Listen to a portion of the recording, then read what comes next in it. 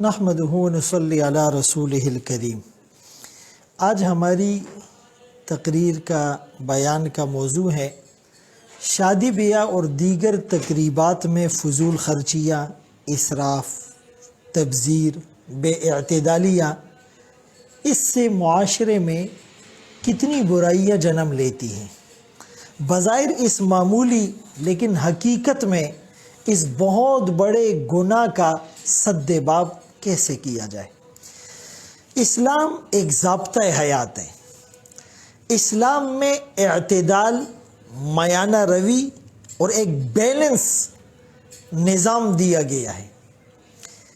قرآن کریم کی ایک آیت میں رب کریم فرماتے ہیں وَلَا تَجْعَلْ يَدَكَ مَغْلُولَةً إِلَىٰ عُنُقِكَ وَلَا تَبْسُطْهَا كُلَّ الْبَسْطِ فَتَقْعُدَ مَلُومًا مَحْسُورًا، کہ اپنے ہاتھ کو اپنی گردن پر نہ باندھو، یعنی جیب میں ہاتھ جائے ہی نہیں۔ تم بخیل بن جاؤ، تم کنجوس بن جاؤ، تم راہ خدا میں خرچی نہ کرو، ایسا نہیں کرنا۔ اور اپنے ہاتھوں کو بالکل پھیلانا بھی نہیں ہے، یعنی کہ جو ہیں وہ سارا دے دیا اور خود بھیک مانگنے کے لیے محتاج ہو کر بیٹھ گئے۔ آپ کے والی وارث در در ٹھوکرے کھا کر، ہاتھ پھیلا کر لوگوں سے مانگتے رہیں، ایسا بھی نہ کرو۔ اعتدال کی راہ۔ بخل پر بھی سخت وعیدیں ہیں، اور اسراف اور تبذیر کرنے والوں کو بھی شیطان کا بھائی قرار دیا گیا۔ ان اللہ لا يحب المسرفین، اللہ اسراف کرنے والوں کو پسند نہیں کرتے۔ اہلکنا المسرفین، ہم نے اسراف کرنے والوں، حد سے تجاوز کرنے والوں کو ہلاک کر دیا۔ والذین اذا انفقوا لم يسرفوا ولم يقتروا وكان بین ذلک قواما، وہ لوگ جب راہ خدا میں خرچ کرتے ہیں تو لمٹ سے زیادہ بھی نہیں دیتے اور گھٹا کر بھی نہیں دیتے، وہ ایک اعتدال کی، میانہ روی کی راہ اختیار کرتے ہیں۔ یہ امت چونکہ خود بہترین امت ہے، یعنی معتدل امت ہے، وَكَذَلِكَ جَعَلْنَاكُمْ أُمَّةً وَسَطًا، اور حدیث پاک میں رسول عربی صلی اللہ علیہ وسلم کا فرمان ہے خیر الامور اوسطها، کہ کاموں میں جو سب سے بہترین کام ہے وہ اعتدال، میانہ روی اور درمیانے پن کا کام ہے۔ تو یاد رکھے کہ آج کل جو شادی بیاہ میں، دیگر تقریبات میں لاکھوں نہیں کروڑوں روپے شادیوں میں خرچ کیے جاتے ہیں، اور مہندی مایوں اور جوتا چھپائی اور منہ دکھائی اور اس طرح کی ہندوانہ رسمیں جو بر صغیر پاک و ہند میں مسلمانوں اور ہندوؤں کے مل جل کر رہنے کی وجہ سے ہم نے ان سے اڈاپٹ کر لی تھی، ہم نے ان سے لے لی تھی، تو اس کے اوپر جو خرچ ہوتا ہے، اور پھر بہت بڑے مہنگے بینکویٹ بک کرانا، اور پھر لاکھوں روپے کے زیورات اور لاکھوں روپے کا فرنیچر اور لاکھوں روپے کے ولیمے اور لاکھوں روپے کے سوٹ اور لاکھوں روپے کے لوازمات، یعنی اس شادی کو ہم نے اتنا مشکل بنا دیا کہ لوگ زنا کی طرف اور گناہ کی طرف جا رہے ہیں۔ دیگر تقریبات جس میں خرچ کرنے کا کوئی کانسیپٹ اور تصور ہی نہیں، وہ ہیپی نیو ایئر ہو، وہ برتھ ڈے ہو، وہ دوسرا کوئی ایسا ایونٹ ہو، یہ سب اسراف اور تبذیر کے راستے ہیں۔ ایک بہت بڑے عالم نے، ابو الحسن ندوی رحمۃ اللہ علیہ نے، سورہ کہف کی تفسیر کے ضمن میں ایک کتاب لکھی، معرکہ ایمان اور مادیت، ایمان اور مادیت کا ٹاکرا اور ٹکراؤ ہے۔ تو اس میں کہا کہ مسلمانوں کے زوال کی جو سب سے اہم وجہ اور ریزن ہے، جو بنیادی سبب ہے، وہ یہ ہے کہ مسلمانوں نے انفاق فی سبیل اللہ چھوڑ دیا، راہ خدا میں خرچ کرنا چھوڑ دیا، اور اس کی وجہ یہ بنی کہ ہماری زندگیوں میں تعیش آ گیا،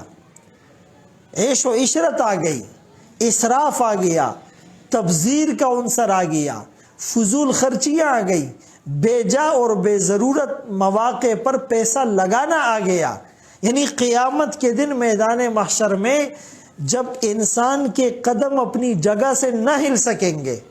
جب تک وہ چند سوالوں کا جواب نہ دے تو اس میں ایک سوال مال کے بارے میں ہوگا، من این اکتسب وفیما انفقا، یہ مال کمایا کہاں سے اور لگایا کہاں پر۔ تو یاد رکھیں کہ یہ جو تقریبات ہوتی ہیں اس میں ہم بہت زیادہ اسراف اور فضول خرچیاں کرتے ہیں، حالانکہ حدیث پاک میں رسول عربی صلی اللہ علیہ وسلم کا فرمان ہے، ان اعظم النکاح برکہ،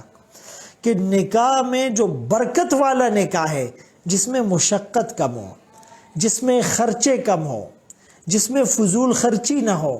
جس میں اسراف نہ ہو، جس میں تبذیر نہ ہو، جس میں شریعت کی دھجیاں نہیں بکھیری جائے، جس میں سنت کے جنازے نہیں نکالے جائے، جس میں لوگوں کا وقت ضائع نہ کیا جائے، جس میں رسومات اور خرافات کا بازار ہمیں نظر نہ آئے۔ لیکن اس کے برعکس ہم کیا کر رہے ہیں؟ یہی وجہ ہوتی ہے کہ لاکھوں کروڑوں روپے خرچ کرنے کے بعد اس نکاح میں برکت نہیں ہوتی، جھگڑے، اختلافات، ناچاکیاں، لڑائیاں، بدگمانیاں، بدزبانیاں، بالآخر اس کا نتیجہ طلاق کی صورت میں، جدائی کی صورت میں، خاندان کے شیرازے کے بکھرنے کی صورت میں سامنے آتا ہے۔ تو قرآن کریم کی ان آیات پر اگر تھوڑی سی توجہ دی جائے، تھوڑا سا اس کو کنسیڈر کیا جائے، یعنی قرآن کریم کی ایک آیت میں سورہ اعراف میں اللہ کریم فرماتے ہیں، یا بنی آدم خذوا زینتکم عند کل مسجد وکلوا واشربوا ولا تسرفوا، اے ابن آدم نماز کے وقت، مسجد آتے وقت اپنی زیب و زینت والا لباس اختیار کرو، یعنی جس لباس میں ہم دعوت پر نہیں جا سکتے اس لباس میں نماز پڑھتے ہیں، یہ ہماری سستی، کاہلی اور نماز کی طرف التفات اور توجہ نہ ہونے کی ایک نشانی۔ اور پھر فرمایا کھاؤ پیو لیکن اسراف نہ کرو۔ جب انسان زیادہ کھاتا ہے، زیادہ پیتا ہے، حدیث پاک میں آیا کہ 3 نالیاں ہیں، ایک کھانے کی، ایک پینے کی، ایک سانس لینے کی۔ جب ہم بہت زیادہ کھا لیتے ہیں تو سانس لینے میں بھی مشکل ہوتی ہے، اور وہ زیادہ کھانا، وہ زیادہ پینا، وہ ہمارے معدے پر بوجھ بن جاتا ہے اور وہ چیز ہضم نہیں ہوتی۔ تو جس طرح زیادہ کھانا اور زیادہ پینا وہ معدے پر بوجھ بنتا ہے، معدہ اس کو ہضم نہیں کر پاتا اور اس سے پورا نظام ڈسٹرب ہو جاتا ہے پیٹ کا، یعنی یہ معدہ، اس کا ٹھیک ہونا پورے جسم کا ٹھیک ہونا ہے، اور معدے کا ڈسٹرب ہونا یعنی وہ بیماریوں کو دعوت دے رہا ہے۔ تو جس طرح زیادہ کھانا اور زیادہ پینا نقصان دہ ہے، زیادہ سونا نقصان دہ ہے، زیادہ بولنا نقصان دہ ہے، اسی طرح ضرورت سے زیادہ خرچ کرنا، جس کو اسراف اور فضول خرچی کہتے ہیں، وہ بھی نقصان دہ ہے۔ بلکہ بعض مفسرین نے تو اسراف اور تبذیر میں فرق بتایا۔ اسراف وہ ہے کہ ایک جائز کام ہے، وہاں پر پیسہ لگانا جائز ہے، لیکن آپ نے ضرورت سے زیادہ خرچ کر دیا، یہ اسراف ہے۔ اور تبذیر کہ جہاں پر پیسہ لگانا سرے سے جائز ہی نہیں ہے۔ آج کل ہمارے جو ایونٹس ہیں، آج کل ہمارے جو پروگرامات ہیں، آج کل ہماری جو تقریبات ہوتی ہیں، اس میں بعض تقریبات کا تو شریعت میں تصور تک نہیں ہے، ثبوت تک نہیں ہے، اور دینی فائدہ تو نہیں، دنیاوی طور پر بھی کوئی فائدہ نہیں، بلکہ وہ چیز نقصان کا اور اختلافات کا اور جھگڑوں کا اور انسان کو فقر و فاقہ میں مبتلا ہونے کا ذریعہ بنتی ہے۔ تو خدا را ہم اس کو کنسیڈر کریں، اس کے اوپر غور کریں۔ ایک موقع پر تو یہاں تک فرمایا کہ بھائی یہ جو اسراف کرنے والے ہیں یہ جہنم کے اندر جائیں گے۔ تو ہم اعتدال کا راستہ اختیار کریں، خرچ کرنے میں بھی، مال کو کمانے میں بھی، اس مال کو لگانے میں بھی، عبادات میں بھی، معمولات میں بھی۔ آپ دیکھیں رسول اللہ صلی اللہ علیہ وسلم کے 3 صحابہ وہ اس عزم کا اظہار کرتے ہیں۔ ایک کہتا ہے میں ہمیشہ روزہ رکھوں گا، افطاری نہیں کروں گا، اور دوسرا کہتا ہے میں ساری رات نماز اور عبادت میں گزاروں گا، نیند ہی نہیں کروں گا، اور تیسرا کہتا ہے کہ میں تو شادی نہیں کروں گا۔ رسول اللہ صلی اللہ علیہ وسلم نے ان حضرات کو بلا کر سمجھایا اور فرمایا وَإِنَّ لِنَفْسِكَ عَلَيْكَ حَقًّا وَإِنَّ لِزَوْجِكَ عَلَيْكَ حَقًّا وَإِنَّ لِضَيْفِكَ عَلَيْكَ حَقًّا، فرمایا تمہارے جسم کا تم پر حق ہے، تمہارے گھر والوں کا تم پر حق ہے،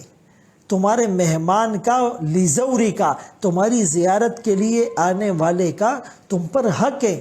فرمایا کہ میں ایمان میں، تقوی میں، خشوع میں، خضوع میں، للہیت میں، اللہ کا مقرب ہونے میں تم سے کہیں درجے زیادہ ہوں، لیکن میں کھاتا بھی ہوں اور روزے بھی رکھتا ہوں، میں رات کو عبادت بھی کرتا ہوں اور نیند بھی کرتا ہوں، میں شادیاں بھی کرتا ہوں، وَأَتَزَوَّجُ النِّسَاءَ، فوراً ان کی توجہ کو ڈائیورٹ کیا۔ تو اگر ہم بھی اپنی تقریبات میں علماء سے پوچھ کر کہ جی ہماری شادی کی تقریب ہے، اب شادی میں اکارڈنگ ٹو شریعہ کون سی چیزیں لوازمات میں سے ہیں، نکاح کا پیغام بھیجنا جس کو خطبہ کہتے ہیں، آپ اس کو منگنی کا نام دیں، لیکن منگنی میں ایسی رسمیں کہ لڑکے لڑکی کو نکاح سے پہلے ایک ساتھ بیٹھا دیا اور بے پردہ بیٹھا دیا اور مکس گیدرنگ رکھ دی اور ان کی تصویریں اور ان کی سیلفیاں اور ان کی ویڈیوز اور ان کی فلمیں بن رہی ہے۔ بعض اوقات شادیوں میں جب لڑکا انٹری ڈالتا ہے تو اس کو پورا یعنی فلم کے طور پر اس کو جو ہے وہ ریکارڈ کیا جاتا ہے اور ایک شارٹ فلم بنائی جاتی ہیں اور پھر وہ لوگوں کو دکھائی جاتی ہیں۔ اب یہ ساری چیزیں جس کا شریعت میں کوئی تصور تک نہیں، اس کے اوپر لاکھوں ہزاروں روپے خرچ کرنا یہ کتنا بڑا گناہ ہے، اللہ کے غضب کو دعوت دینے والی بات ہے۔ تو اس میں نکاح کا پیغام دیا جائے،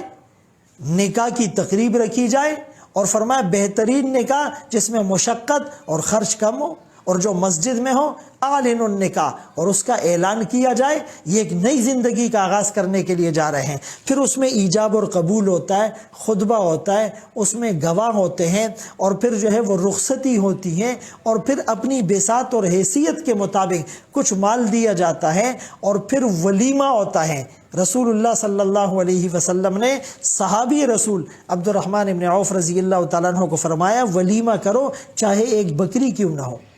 چاہے دودھ اور کھجور کے ذریعے سے کیوں نہ ہو، چاہے وہ 10-15 لوگوں کو بلا کر کیوں نہ ہو۔